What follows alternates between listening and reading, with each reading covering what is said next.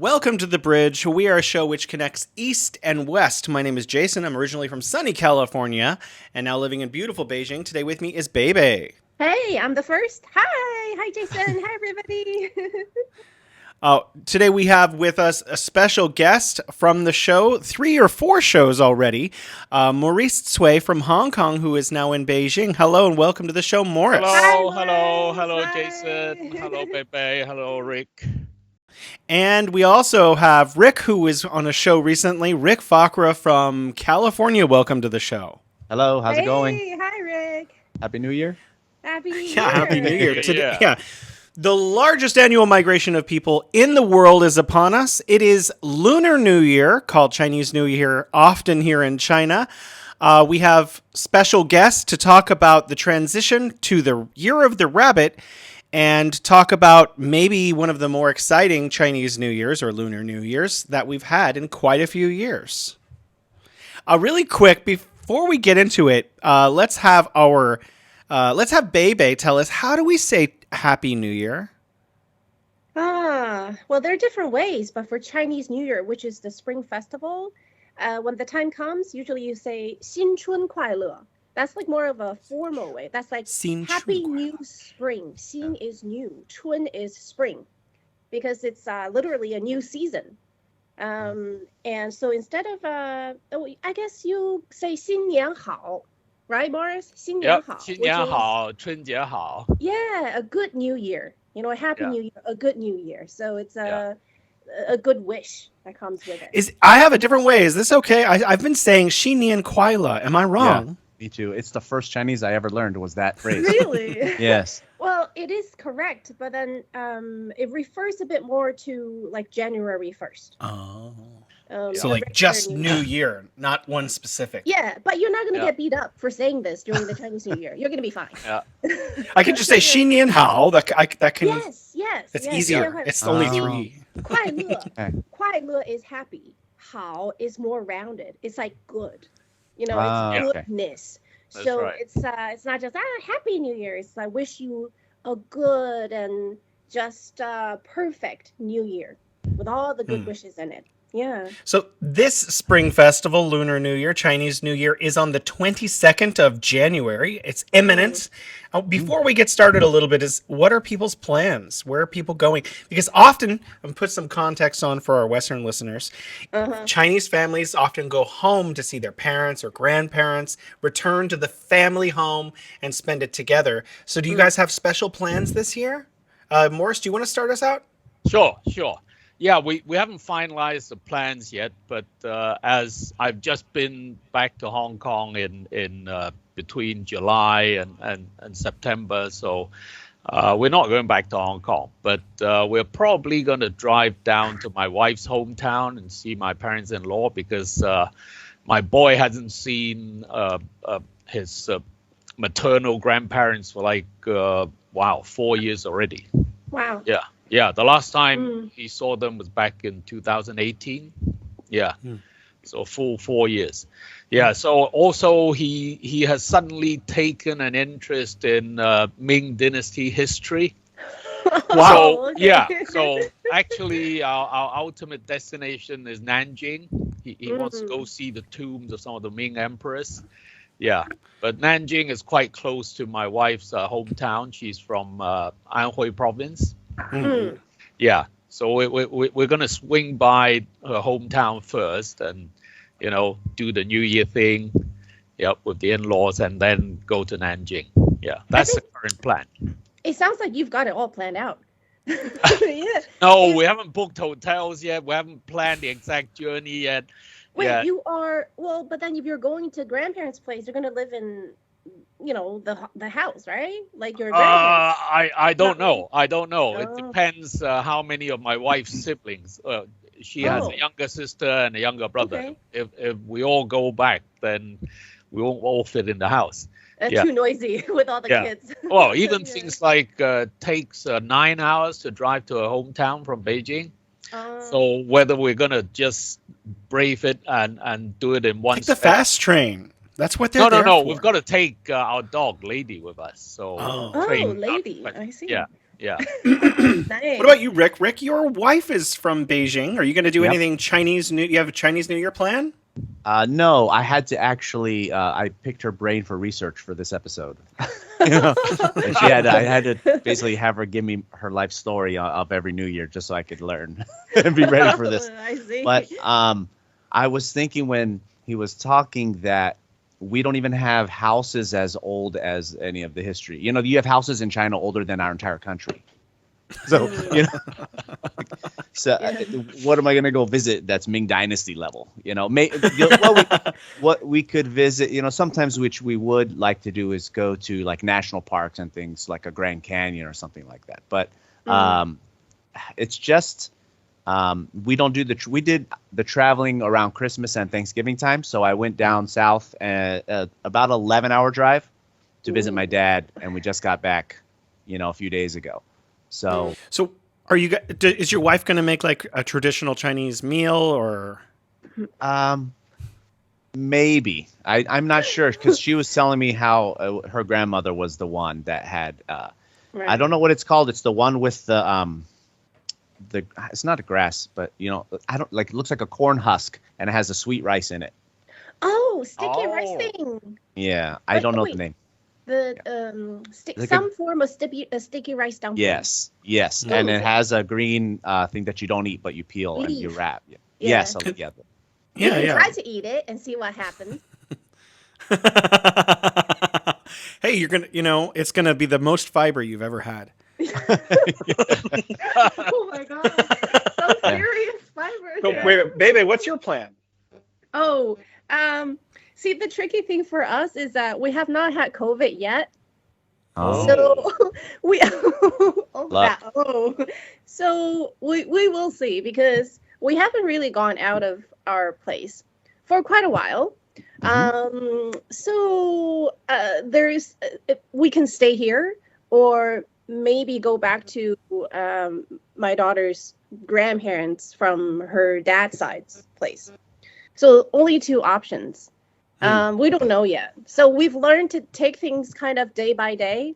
I mean, the past 3 years has been so confusing, right? Things changing all the time. Normally, either we would go back to the like her paternal grandparents' place, or we pick a place where we meet up with my parents. Like that's what happened the year before. I think 2019. You know, we met up somewhere warm, New Zealand, and had a really good time for the Chinese New Year and just make some dumplings with whatever things we could find. So the past 3 years has been, you know, we're just like taking it day by day, year by year. But finally, this year, things are going to go back to normal a bit. Yeah. If we go back to, you know, her dad's hometown, it's going to be a lot more festive. If you're able to get a ticket, we just bought our tickets yesterday. The trains are so slammed. All tickets are sold out. We just barely got our tickets. Like, okay, where are you going? Well, we're going to Shandong. It's been 3 years also, like Morris, or a little less. We're going back to my wife's mom and dad's hometown. We're going to stay in their house and sleep in my wife's, I guess, childhood bedroom or something. Nice. And yeah. mom's going to make everything. We're going to bring all the, you know, gifts, the nuts, and all the doodads and whatnot. We're going to do fireworks and the whole thing back at her house. But I just got, you know, what's really special for me, and this is a bit off topic, but I want to share it anyways because it was really complicated. I have a green card. And we finally we went to the train station yesterday and we were able to link the green card to the train station system. So now we can use my green card to just scan at the terminal instead of having a ticket or presenting my passport now. So I can go in the Chinese line to go onto the train now. So I'm really excited about that. You have people eyeing you. Ooh, you are in the wrong line. And Jason Kelly takes out. What wrong line? Just stick it on your forehead. I'm presuming my wife, who loves to make videos, she's going to start filming when I'm in the line to see people's reactions and stuff when I scan it and just walk through. If she can find space, it's going to be really crowded. I think people have been waiting for this time for literally for 3 years. And also fireworks. We talked a little bit about this last time. Like this year people are gonna just be looking for fireworks and finding places where they can safely just have a blast, like literally. So much penned up like emotions and their desires and everything. They're gonna let it out. What's the current rule? Is it outside of the fifth ring you're allowed to do fireworks? I have a feeling that this year things are gonna be a little different. Because Right. you get the feel here. There's always this constant communication between government like the government and the needs of the people. It's very different here in China. It's fluid. It's not like things are as set in stone, because the top will constantly be monitoring what the people are saying. Like this year, the outcries for fireworks, like we really want this.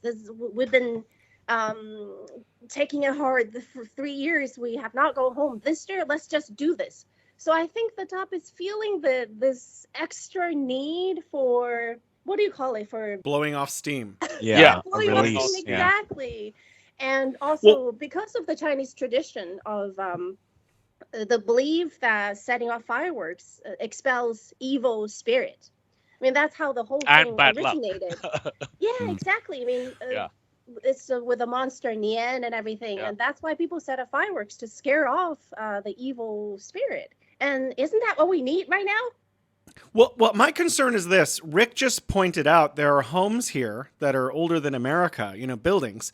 My concern is a lot of this stuff is built out of wood, and wood and fire don't mix well. Maybe they should have like special zones where it's okay and some zones where it's not okay. Oh, but Jason, you have to remember, until about 3-4 years ago, fireworks was the norm during Chinese New Year, even in Beijing, right? So they wouldn't allow you to set off fireworks after midnight or whatever, and inside the third ring or the fourth ring, it keeps getting bigger and bigger. But the ban only came in the last few years. I was curious, why was it banned? Well, air condition. Like air pollution. And also, safety reasons. It causes a lot of air pollution is not as really a problem in Beijing like it used to be now. Yeah. Well, that's because they've been trying every way they could. And also every year there are I won't say casualties, but due to fireworks. So especially where the population density is high. That's where you should not. At least find somewhere that's open, right? Well, I was going to say in California, the issue for us is wildfires. And so, fireworks, we only are allowed to do fireworks that don't shoot in the air. So you can do the kind that you put in the street, the kind you put in the street and they shoot up and sparkle. And then there's, the kind that make noise, but the kind that you actually launch and shoot up and explode.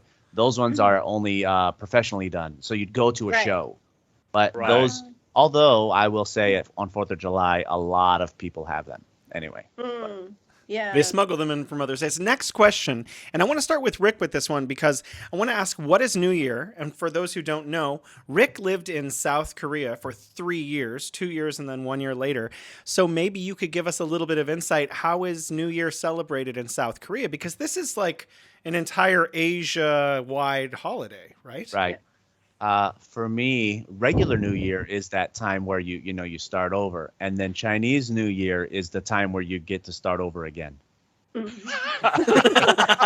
you mess up, you said I'm going to work out and quit drinking, and then in January after you've already drank again, you say, okay, Chinese New Year, I mean it this time. But it's usually no more than 6 weeks apart. Right. Well, if you can last 6 weeks with a New Year's resolution, you're doing pretty good. So honestly, in Korea, it was somewhat confusing because they celebrate both. They have the Western influence and the Eastern influence. And so it was, in Korea, it was funny because that's when everybody's age goes one up. Oh, that was, okay. Right. That's when they become the next age level. And so, it just for me was very confusing and totally, I don't know how to describe it. Just it didn't seem as important when I was there, before I was there. And then when I got there, I only realized, a lot of people think this is New Year. And I thought, New Year already passed. And so it just became like a merging of two worlds. Like the January 1st is almost like a minor New Year for Chinese people. Yeah. And then the real one is the Spring Festival. Yeah. Yep. Well, Yep. It's Baby, very much the same in Hong Kong, and you have to remember the Western New Year is sometimes overshadowed by Christmas, because Christmas is celebrated in Hong Kong as well. Yeah. So to me, growing up, Chinese New Year is the proper New Year. Yeah. That's when parents really get cooking. Well, I have a question for both Bebe and Morris kind of together. Morris, you grew up in Hong Kong, and Bebe, you grew up here. So how is New Year's different and the same in Chinese mainland versus Hong Kong?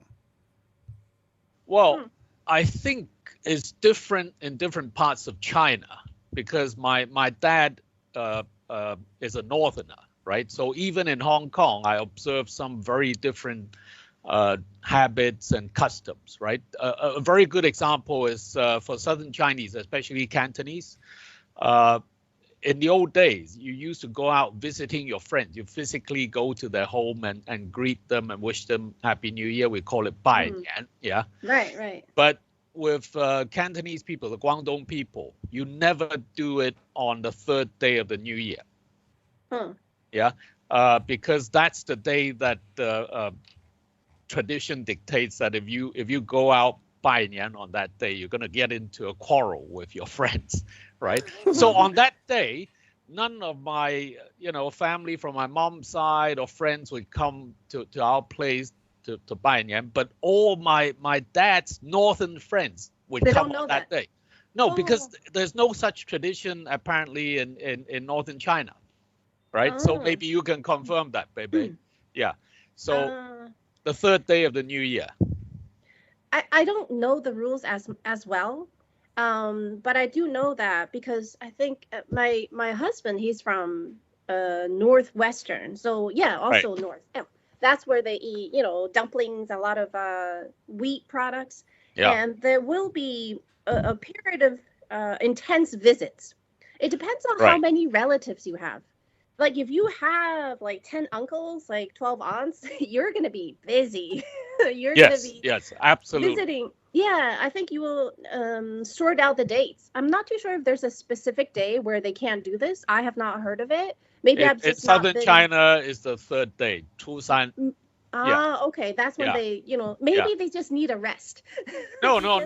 They actually say they have a name for it. It kind of escapes me right now, but I can look it up. For that day, there's a name for that day, and you don't go out visiting your friends on that day. So can I ask how long does it last then? How many days is after the 7th day you won't see anyone, or is there 10 days, or is it when everybody goes back to work? That's when no one's showing up. I think it officially ends on the 15th of the 15th of January of the lunar calendar. Mm-hmm. And that's when you eat the sticky Lantern Festival. Lantern Festival, So actually the new Spring Festival lasts for pretty much for like a month.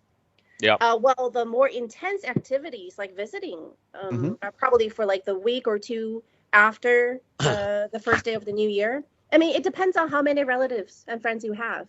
If you just have like one or two, it's mutual visits because you go visit them and they come visit you. It's actually a little bit of it's a bit of work, especially you have seniors at home, like grandparents or great grandparents. That's when you have lots of people coming to visit. And in the north, like in Shandong, you got to. I think you will have a lot of videos that you can make, Jason. Oh yeah. I think in Shandong, if you go to the countryside, you'll see families, offspring, generations, 3 or 4 generations, coming to kowtow. They bow to the elders. Down on their knees and offer up a cup of tea to the most senior member of the family. The full thing. I know, if it's in the countryside, I think the great-grandparents or grandparents would be sitting in the courtyard, dressed in red and some formal, nice clothing. and their kids, grandkids, great grandkids were congregate, literally like filling the whole courtyard, and they'll like do this, Yeah. like the whole full thing on the ground on their forehead. I gotta have more kids. Yes, I think you will be. See, if you'll be doing that, will you be the exception, standing by and like looking at this whole thing? Well, my wife's parents live in the heart of the city, and I've never seen that. So Not there. maybe I'll try to get out to the countryside I have next question though, guys, about migration, about traveling home, traveling during this holiday. This is called the largest annual migration in the world. So apparently, approximately 400 to 500 million people travel to various places of China during this time, and throughout all of Asia, I'm sure too. So, what are some of the stories that you might have from the past where you've participated in this migration in some way or another? Actually participated in that mass migration except by car, because previous years I spent New Year away from Beijing in 2018 and 19. Both year, we went on a driving holiday, and we were very careful not to go on the peak time. So we either left a couple of days early or a couple of days late, but we could see from the navigation app that a lot of the roads are bright red, traffic jam, and we always plan our trip so that, for example, in 2018, we went into Hangzhou on the fourth day of the new year. So yeah, there was hardly any local people there because they've all gone out and traffic was light. Yeah. So we tend to plan it that way. But I've seen a lot of incredible traffic jams. Yeah. Yeah. So I haven't really been on the train during Chinese New Year, but previous years when I used to go back to Hong Kong, booking tickets, that's a real hassle over Chinese New Year. I think this huge migration, it's an experience to have, and especially as a child, I think it's something that you really brace yourself for. You get ready for it mentally, not only just physically but mentally. So when the time comes, it doesn't seem as bad. Like if you are somewhere like a foreigner who arrives in China, you happen to be arriving on that day, I think it will be it will be a very surreal experience. I don't think they would, because the plane tickets would be so much more expensive that people would probably just naturally avoid that. Well, you can book early. You can book early in ignorance. Yeah. But I'm just saying that it will be a very unusual experience because, like for us, we go to the train station knowing that it will be packed. You go earlier. You go like an hour earlier than usual because the lines are long. And you are especially vigilant, especially you have kids. You watch them. You make sure they don't go somewhere. And then you watch your luggage because it's just so crowded. And but there's also this excitement in air. It's this excitement. I think we feel this more in living in places with a higher population density, because when everybody is doing the same thing, you get this vibe in the air. And B is square dancing, like in China. After dinner, like ladies congregate on the squares to dance, or this huge New Year migration. There's an exciting feeling, a fun feeling when you know that everybody is doing the same thing. They have the same feelings. And Jason is sitting there like, okay, I'll try to imagine this. But so you know that you are feeling the same thing that everybody else in the train station is feeling. They're all eager to go home. They've packed presents, even though they know that I can just ship this over directly. But you still want to bring them, right? And you have the red envelopes ready, somewhere tucked in close to you so that, they're safe. And it's like a exciting new, like a new deal that you have to go through, but also enjoy the same process. Yeah. And I remember when I was little, when we didn't have fast trains And when the trains, you remember those green trains, right, Morris? Yes, the old ones. Yes, It's so I've been on them. nostalgic. Yeah, those trains. They were Well, slow. looking back, yeah, nostalgic. Yeah. But when you're riding them, it wasn't fun. Maybe fun as kids, because back then the windows could open. Now the trains are all pretty sealed, and Yeah. for someone who gets motion sickness, it's not as fun. But like with those older, like from 30 years ago, those trains, you could open the window and everything was slower. So your neighbors, like when riding the train, the people sitting across you guys would chat. You guys would share your sunflower seeds, your junk food. It's a festive time. You're starting on the train ride, and Yes, then for the New whole Year, thing. definitely. The festive time, Yeah, there's a kind of goodwill in the air. Yeah, good people spirit are, in the air. yeah.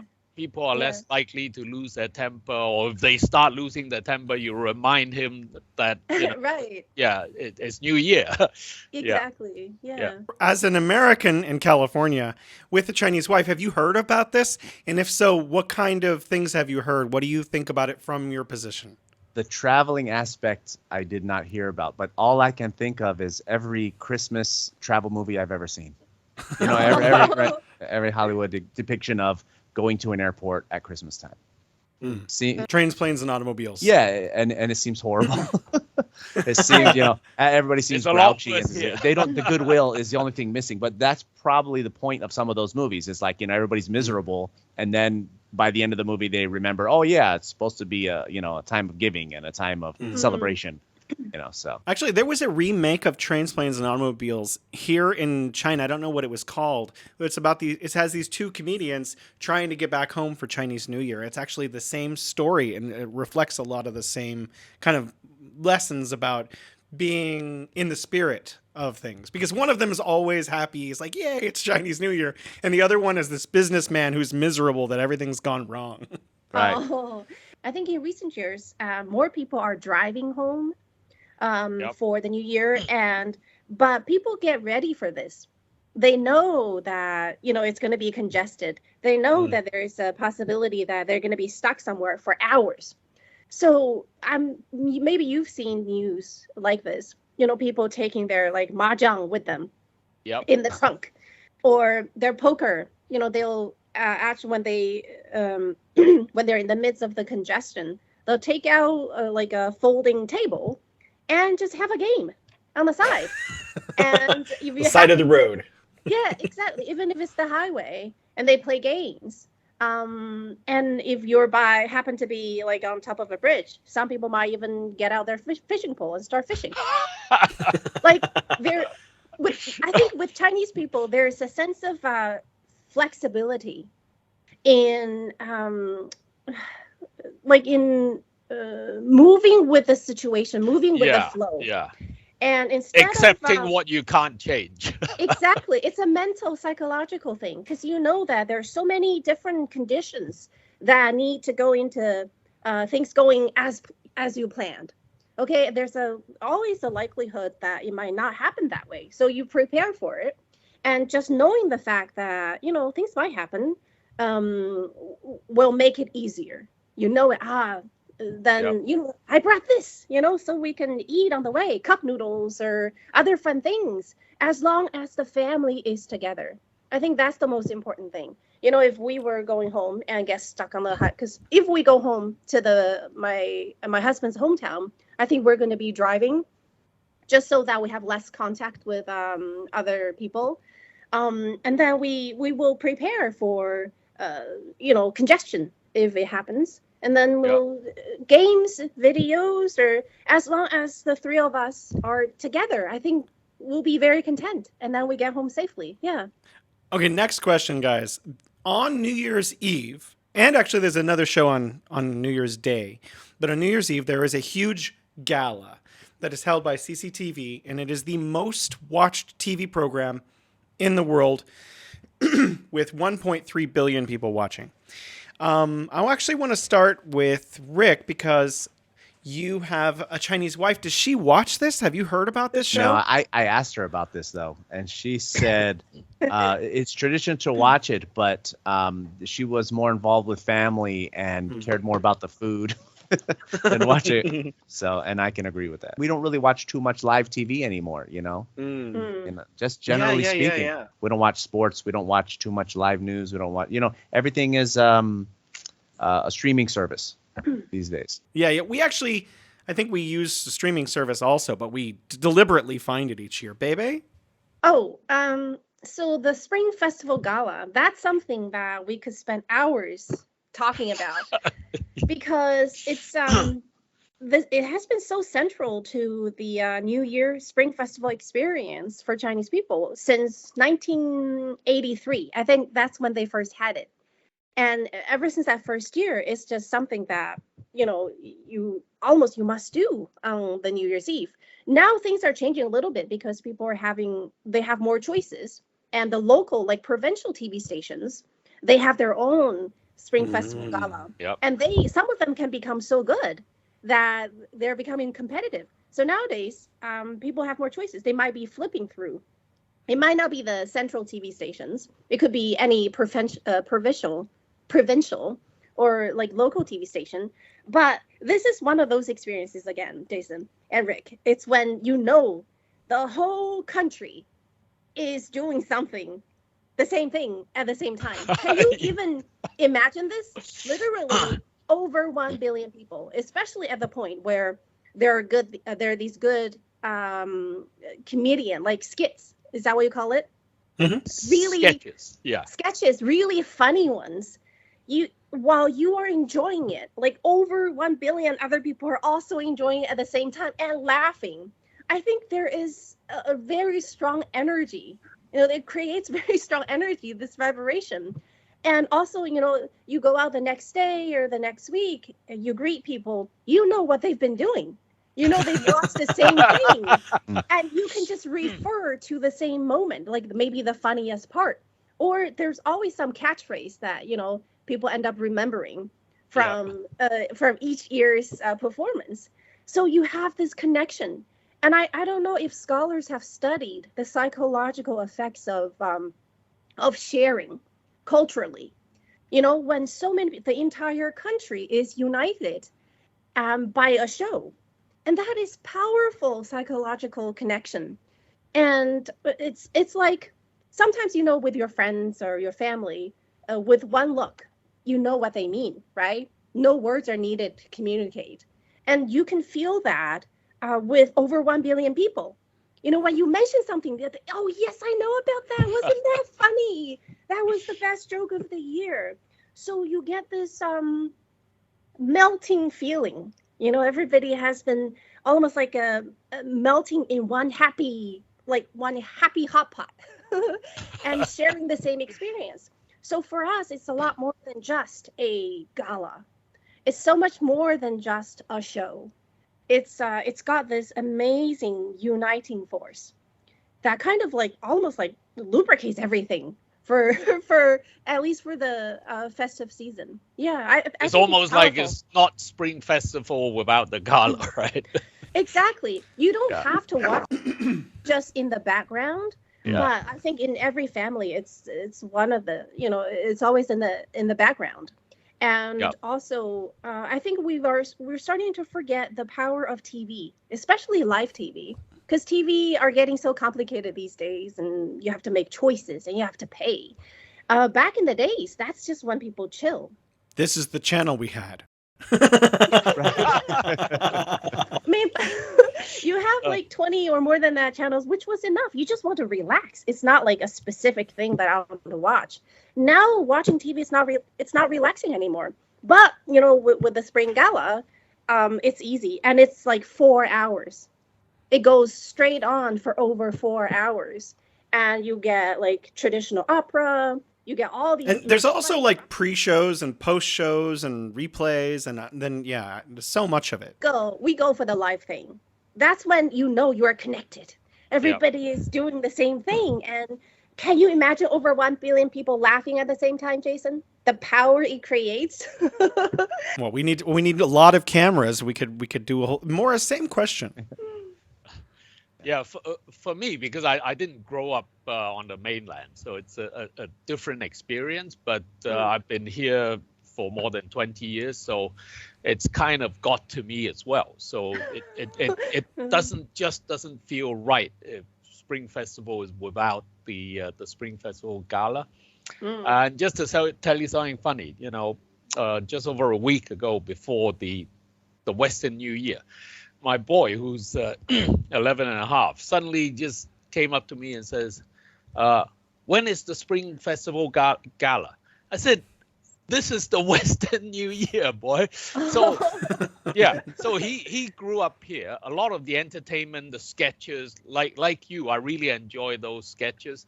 Yeah. He usually doesn't go for that sort of thing. But even to him, the Spring Festival Gala is a big thing, and he's already asking when it is. So even though we may be busy, having dinner, entertaining friends or family or whatever, like you said, it's got to be on in the background. Right. And like Rick was saying, I hardly watch any live TV anymore. But if you ask me to name one live TV program that I still watch, on almost religious basis, that's the Spring Festival Gala. Are there commercials? I think there are. They're like milk commercials and oil commercials and stuff. Oh, I think, yeah. Because I can't help the only thing I have close equivalent. Well, there's two things. One is the Super Bowl, of course, and the Super Bowl ads are 30 seconds and they cost millions of dollars just for a 30-second ad because of all the people watching it. And I was thinking, if 1 billion people are watching it, oh my God, how much does a commercial cost? Yeah. Actually, I had a different question for you, Rick, based on what we're talking about, because Bebe mentions the connectivity that the Spring Gala brings on. And in the United States, you have the Super Bowl. And I was wondering, because, tens of millions, maybe 100 million people watch the Super Bowl. Is there a connectivity between Americans based around this moment? Yes, but I was thinking to me, her description reminds me more of what all the streaming services and networks try to recreate, which is the fear of missing out on a particular show, like a FOMO. Maybe, but even something like when we had live TV, like a Seinfeld season finale, or these days, like Netflix will have like a Stranger Things, or like a TV show, and then everybody. You watch it on your own time, but you still the next day at work, if you haven't seen it, you feel like, so they do try to recreate these in little pockets, but there's nothing even close to the level that she's describing. Just while we're on the commercial, because yes, I don't even, it doesn't cut things off. Like the commercials in the gala, they are melted into the show. Like the host will maybe mention this is sponsored by this, but it doesn't just like the game doesn't stop for the commercials. Oh. It flows with it, so you don't get the feeling that the show has stopped. So it's a little, I guess, a little. Like, and also, we'll be back after these messages. Right, you are always in it, and also like the Super Bowl is like you've got a game on, so you got like teams pitching against each other. Yes. Yep. But the gala is all about uniting. Yeah. No one is against anyone, and That's it's a very all big about difference. Yeah, huge difference. It's about bringing like all the ethnic groups together, and it's about bringing all the people with a Chinese background from all over the world together. This is one time, even kids and babies, they're reminded, oh, that's my grandparents' place, even if they were born in some other country. But this is one time when the Chinese culture really reaches out and embrace anyone who shares this culture. And so I think it's a great uniting power. Okay, so we're going to move on to probably the biggest part of this is food. So there is so much different Chinese food. If I ask different people at different times, because I've been here in China 10 years, and at different times I've asked different people, and people have given totally different answers that don't even seem compatible with each other. So I was hoping you guys, we'll start with Morris this time.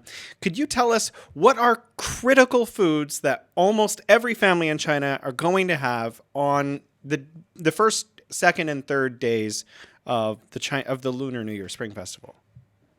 that's a difficult one because first of all, there are big regional differences, right? So because my dad is from the north, so I'm used to having dumplings, but in southern China, the people from Guangdong, most of the local population in Hong Kong, no jiaozi. That's not the thing for Chinese New Year. We can't believe it. No jiaozi for Chinese New Year. Southerners. It's not a done thing, right? But then there is, I think, also every family have their own tradition. Yeah. So if you talk about food during Chinese New Year, the two things that immediately comes into my head, literally, mention food and Chinese New Year together. Two things come into my head. The first one is chicken's gizzards. Huh. What? Yeah, to Westerners. Why? Chicken's gizzards. 为什么? Why? Because my dad entertains a lot of his northern friends, and they always have a drink, right? So my grandma used to prepare these big pots of chicken gizzards, all boiled and stewed in a nice sauce, and then cool them off, put them in the fridge, and when my dad's friends come, she would slice them up and serve them as cold cut to go with the alcohol. Right? So there are two things: chicken gizzard and beef shanks. Yeah, all prepared in a similar way. In fact, the funny story is that because chicken gizzard is very small, right? They're about this size. Yeah. In the end, we had to go and buy turkey gizzard. Yeah. And to our Western audience who maybe are not familiar with chicken gizzard, they're actually all muscle. Yeah. So they're not yucky or anything. Yeah. You cut them up. Inside is all muscle. It's the outer skin is a little bit chewy. Yeah, they're cleaned off and they're very dense. Yes, it's probably very dense. They are good drinking food. Yeah, they're like the densest thing I've ever had, I have to say. Yeah. As meat. And you can chew on them, so it's like a great, I think, for drinking, because I think a small plate will last for a while. It's not just something you wash down. Well, you don't know how much my dad and his friends drink. Okay. Yeah. One visit, like 3 guys coming to visit my friends, they could polish off of 1 bottle of brandy. Okay, wow. Yeah, in an afternoon. Yeah. I'd like to take a pass at this. So for my wife's family, the primary thing that is very critical is dumplings. Right. Which my wife's mother, my mother-in-law, will insert coins into some of them, and you have to eat them carefully because you don't want to hurt your teeth. And if you get one or more, then she doesn't just put them in one, so you have to keep being vigilant. You get good luck for the year. Yeah, I remember this. I still remember those moments. The same thing, they really clean the coins, boil them, and they wrap them up in some of the dumplings. And it's especially fun for kids. For me and my cousin, we get so excited if we could get one. Because when you're eating, you are a lot more conscious because you know that some of them, have those coins. So you were vigilant because you didn't want to hurt your teeth. But for us little kids back then, we wanted to Scary to me. It's scary to me. Just the thought of it. Scary. No. Well, you come to Beijing, we'll do it for you, Rick. Yeah. Then the whole eating experience will be different. There's got another layer to it. Like you pay attention to what you eat. You chew and you try to taste it a little bit more because you know that one of them might have a hard coin inside. But it was a lot of fun. Yeah. So, baby, do you want to? What's your experience in your family? What are your traditions for dining for Spring Festival? Well, whenever I think of the dinner for the Chinese New Year, I think of just layers, like 3 layers of dishes on the table. I think the most memorable ones were when I was maybe like 10 or so. And it was because at that time, life was slower, so much slower and quieter. and the pace was just more, I guess, suitable for humans. Nowadays, it's all wacky. Yeah, We live in an inhuman society. I know. It feels like that.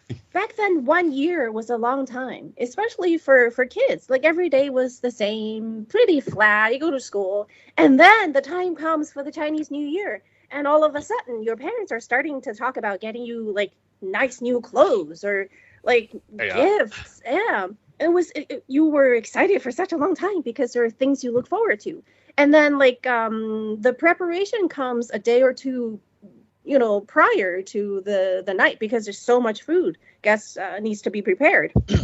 And I remember my grandmother and my parents and my aunt and uncle, they would come, and they was for example make the wanzi, like fried meatballs. Those have to be prepared beforehand. Or some they have like fried fish chunks, fried tofu. Those were like part of the preparations. And then on the night, they are cooked again. So the thing starts, and you have to start buying things, right? Go shopping for the food. And that comes maybe the week prior, the week before. So this whole period of time were pretty exciting for kids. And then on that night, with the dinner gets prepared before the gala starts. The gala starts at 8 o'clock. And usually dinner starts at 6, right? At that time, dinner starts a little bit earlier. Yep. So you had enough time for eating and for drinking. And my dad would, the males, they would play this guessing drinking game. Right. Well, I don't know the rules, but they were like 2, 3, or something like that. Drink. And then someone Yeah. is happy If you at lose, this. you drink. Yeah, I don't know the game, but it really hypes things up. Like people get very happy and into the feel. And then while most family members are eating, usually like 1 or 2 person are still cooking and moving the dishes around, taking out the dishes that are gone, adding new ones. And then about 8 o'clock, things start to quiet down, and then you start watching the gala. Everybody's happy, and they're like, the guys are probably like half drunk in a very good state. Yeah. But some dishes like ribs, sweet sour ribs, and there's got to be a fish dish, right? 年年有余, because fish yu sounds like extra. So the wish is you have extra for every single year. And dumplings is a must, for us at least. In the north. Yeah, and sometimes I think we will also have 汤圆儿, like smaller ones maybe. Those sticky rice. How about Yan Gao? Is that a big thing in northern China when you were young? Not as much, but we have 糍粑. So Right.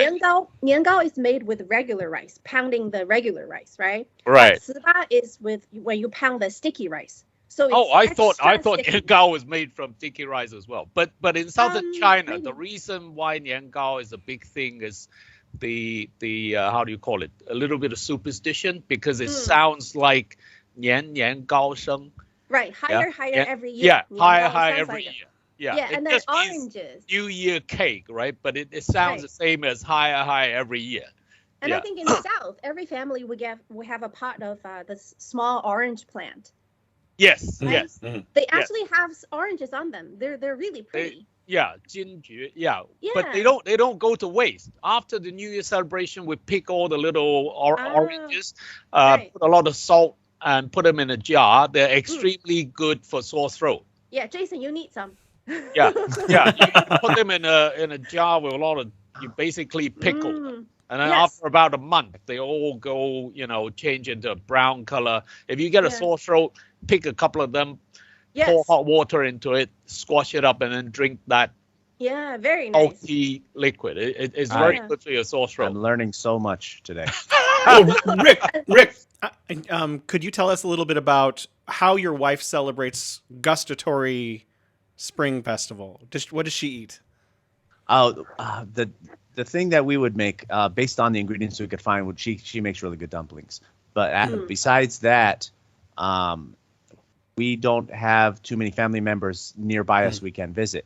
So it would depend if we can visit, like, for example, my aunt or something like that, then we could, But otherwise, dumplings is it for us. But the things you guys remind me, just reminds me of other holidays. It reminds me of when you're talking about like Thanksgiving dinner. Everybody eats Right. and drinks too much and goes and sits in front of the TV, and all the old guys like me fall asleep. Yeah.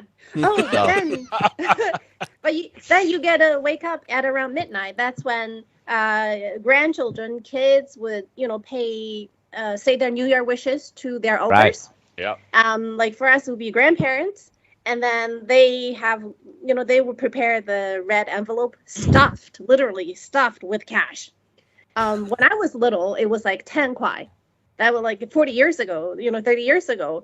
But 10 kwai was a lot. We would save it for like the whole year. And then some time during the year, it would disappear. But then slowly it became like 100 and then 1,000. And now it's like grandparents give more than 1,000. Like you get these thick envelopes from grandparents. You might get some, Jason. I think, well, this is the rule Alex told me. Alex said the rule is if you're making money for yourself, you stop getting red envelopes. Oh. Well, I guess maybe each family's different. Yeah. Like, Yeah.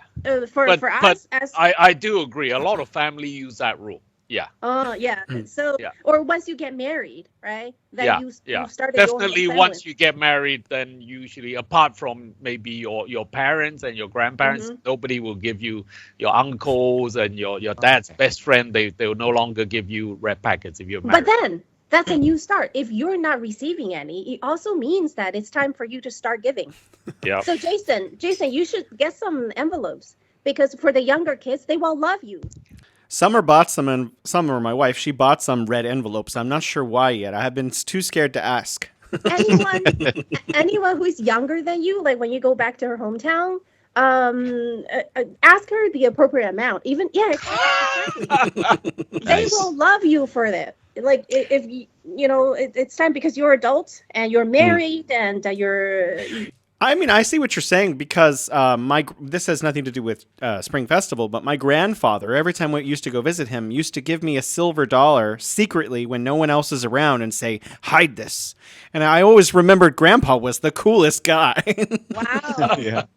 Yeah, but with the Chinese New Year red packet, it has to be seen because it's supposed to bring good luck. Yeah, and in fact, I kind of want to compare notes with Beibei because in Hong Kong the rules are slightly different. Okay. Yeah, even from parents or grandparents to children, even nowadays you get 500 or 1,000. That's the maximum. Nobody would give a big pile of cash. Well, the kids in Baby's family. But then, because it's more symbolic. Yeah, during the Chinese New Year period in Hong Kong, if you're a married man like me, you have to carry a lot of red packets with you because for example, you go downstairs and the front desk in the reception area of your building, you have to give them red packet because it's supposed to mean good fortune. And I don't think that's observed as much in Beijing, but people tend to give their family, younger generation, a lot bigger amounts. In Hong Kong, you give smaller amounts to a lot of people. To more people, yeah, that's also good. I think maybe it depends on the family. Like I remember during the New Year, if we were in Beijing, we would prepare some red envelopes for like the sanitary workers for the neighborhood. Right. Yeah, it's just a good wish. Anyone actually. If you want to make friends, Jason, back in your wife's hometown, then be generous. Just pass out cash. People are going to love me. Solid advice right there. Once a year, or I don't know, maybe next year you won't be going back for the New Year. It's worth it. They will be talking about that generous. Who's that weird Lawai that showed up and started passing out hundreds? Yeah. I want to meet him again. It will be expensive if you go back every year, though. So you got to be careful. Just setting that precedent. Okay. Sorry, we're running out of time. Last question. I have to skip a couple. Is about the zodiac. So we're transitioning into the year of the rabbit. What does this mean, Morris? What does this mean? It doesn't mean much because my son, he's going to be 12 years old, right? So he's born in the year of rabbit. I just looked up on the internet. Yeah, He's understanding, has high emotional quotient, good at protecting himself, good at socializing. He's none of those things. In fact, he's the exact opposite. But I for growing up, I think I always have some at least some belief in the zodiac signs. This I guess it just like for example, I'm a monkey, and I was born in the summertime. So I remember my grandmother would tell me that, oh, you'll never have to worry about not having enough to eat, because in the summertime, fruit and everything is all ripe. You'll have a really happy life. And then my, let's say my dad, he's a dragon, and he's a dragon born in the summer. And that's the busiest time for dragons, because summer, dragons are in control of rain for all the farms and all. And that's when it rains a lot. My dad he can't sit still. Like whenever he's he's not working, I was like, Dad, please rest, sit on the sofa. And he goes like this. He's like, what am I supposed to do? Well, I have nothing to do. But he's happy when he's working. And my mom, my cousin, especially my cousin, one of my cousins, she was born in the year of the bull or the cow, and she's very steady, very diligent. Like she was like the honor student. Does she charge sometimes? Never. No. She's very calm. No, she's one of those maybe buffaloes, like working in the field. They never complain, and she's quiet. She's just very steady, always like the top student for her grade. You don't have to worry much about her. Well, I was like the one jumping around. Even when we were like little, she's like 5 years younger. I remember when she was young, like when we put her to sleep, she will just fall asleep in whatever position you put her, like down. Well, I was the one. I had to like crawl on the bed, like all over the place before I would go to sleep. So somehow, that's just a case in my family. So I kind of believe it. There are more examples. It's very different from my own experience. Yeah, my dad was a monkey like you, but he behaves like your dad. Yeah, he just can't. He can't sit still. He doesn't take leisure time very well. Yeah. He has to be doing something. Exactly. Maybe because of. Yeah. Rick, what animal are you, and do you think that there's anything to this? What does it mean? What has your wife said? No, I am year of the rabbit, so that's me. And one daughter is as well, and the other one's a monkey. So it's hard to say. It's all. You pick the things that match, and you say, "That's me. I'm a rabbit." Right. Hey, Rick, you got to get some red underwear and red socks. Yeah, red socks and underwear, huh? Red socks and underwear. This is a big year for you. Yeah, this is a big year. No wonder it never worked before. I never had red underwear. We call it Mingyan. Yeah. Yeah. It's a special time for you. Maybe it's hard to find though, red underwear from in the States. They got everything online. I'm sure I'll get it. It's all just made in China, shipped to America. They got it. Yeah. Actually, it's really interesting. My wife follows this very carefully, and even though this year is not the year of the snake, which I am, I had to wear red all this year. So I have had red socks every single day this year because apparently I was going to be maybe like attacked by spirits or something, and the only way to stop it was red. So I've had red the entire year for the year of the tiger. I'm looking forward to having black socks again. Yeah, laundry must have been terrible, separating the whites out. Just watch the socks with my black stuff. He's been wearing pink for the whole year. Guys, I thank you so much for joining us and talking about this topic. We are out of time. Thank you so much, Morris, for coming on the show again. Well, thank you very much. It's fun. And thank you, Rick, for joining the show again. I had a great time as well, and I learned a lot. Oh, thank you, guys, and 新年好. Xing Nian Hao. Could we all try to say Happy New Year together? 新年好. 新年好. Okay. Okay, ready? 新年好. I messed it up. 新春快乐. You did fine. You did fine. All the best wishes. Okay. All right. Thank you, guys. Bye, Bye. Thank you. It was great fun. Hello.